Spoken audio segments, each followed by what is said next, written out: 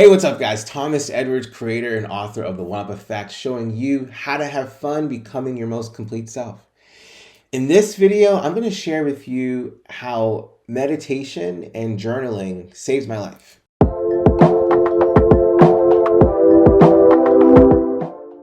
In a world where everything and anything is grabbing our attention, seeking to influence and convince us that we're either not good enough or life could be better if we had such a place, person, or thing, I find that the noise can get so much on top of the noise that I create for myself with all the responsibilities and duties that I've taken on, whether as a husband, a father, a businessman, a friend, a son, an uncle, brother, you name it. I realized that all this noise in my head is driving me insane. What do I do about it? And so I decided to pick up meditation. And meditation, I can go on and on about just the many benefits of that. And chances are, if you're watching this video, you already know the benefits of meditation. But I will share with you that for me, it was the first time that I actually dedicated time throughout the day to be with myself alone. And while meditation for me started off with doing a quick 2-minute session, it has since grown to a consistent daily practice where I can meditate anywhere from 10 to 20 minutes. And if I need to, I could always do it longer or multiple times a day. It was one of the first times that I actually allowed myself to be still, to try to quiet my mind. And what I noticed is that there were two different voices going on. One was my egoic voice, the one that was telling me all the things that I wasn't good enough for, that I couldn't have, that I had to do, and was on and on and on. And that voice never shuts up.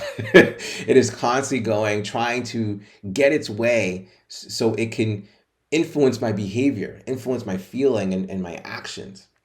And then the other voice that at the time was really, really quiet was my soul, urging me to go into a particular direction, delivering messages, lessons that I could take away from. I noticed what meditation had allowed me to do was it allowed me to learn how to just quiet my egoic voice, to not listen or pay too much attention to all that was being said, and allow my soul voice to get louder so I can actually hear what it has to say. Now, in this situation, you're in this meditative practice, and you can decide for yourself who you're going to listen to, your egoic voice or your soul voice. Maybe you don't even know. At the time that I didn't know which voice was telling me what. The thing that I have learned to do is, if I'm really conflicted, really confused, not sure, what I do is when I am in meditation, I write down all the thoughts that come through. And when I'm done, I look at this list and I go through each item. And intuitively, you will know who said that, who gave you that thought. Was it your ego or was it your soul? And when you're able to remove the egoic thoughts, all you have left is some pretty powerful words of wisdom, experience, strength, and hope that came from within. And for me, seeing that and being able to really hold it in my hand was a really powerful experience that showed me that I'm definitely worth it, that there is so much more that I could deliver of value to life, that I actually do have a lot of love for myself based on these thoughts that I had, and so much more. Honestly, for me, it was the first experience of what it actually looked like to start loving myself, to actively show that love. And since then, my meditation practice has gone beyond just resting and being still. For me, running, swimming, different forms of exercise, being out in nature, it has all created its own form of meditative practices that allows me to be in touch with my soul voice. The second thing I want to share is journaling.